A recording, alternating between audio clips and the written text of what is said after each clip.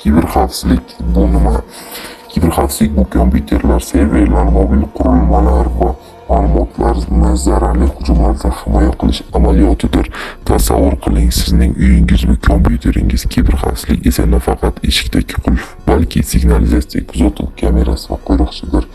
Nega bu muhim? Sizning rasmlaringiz, parollaringiz va bank kartalaringiz har soniyada kiber jinoyatchilar nishonida bo'lishi mumkin. Viruslar, qurilmani ishdan chiqaruvchi va ma'lumotlarni o'g'irlovchi dastur, phishing, soxta saytlar orqali parollarni aniqlab olish usullari.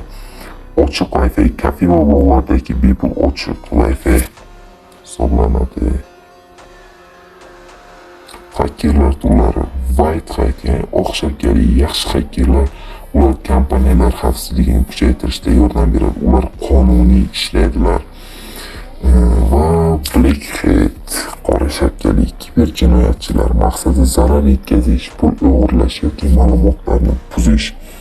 Grey Hat, o'rtaliq, ya'ni ruxsatsiz buzib kirishi mumkin, lekin maqsadi yomon emas. Odatda xatoni topib pul so'rashadi. Va internet qanday ishlaydi?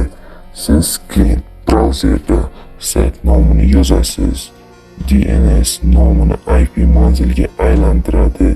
Server sizga kerakli ma'lumotni yuboradi.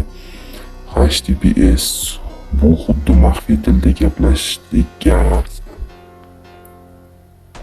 Parol xavfsizligi. Bu yerda o'z parolingizni yaratasiz va qanchalik xavfli yoki xavfsiz ekanini bilib olasiz.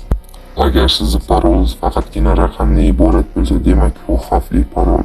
Agar raqam, belgi, katta harf, kichkina harflardan iborat bo'lsa, demak bu yaxshi parol.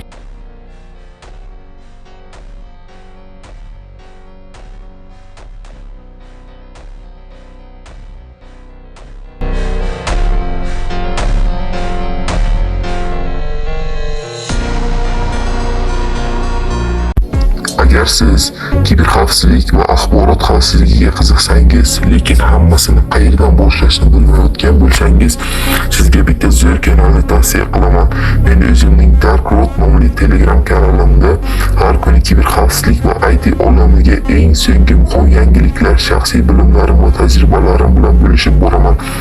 Eng muhimi, kanalda tizimlarni test qilish va o'rganish uchun kerak bo'ladigan eng zo'r hacking toollar, foydali skriptlar hamda ulardan qanday foydalanish bo'yicha qo'llanmalarni joylab boryapman.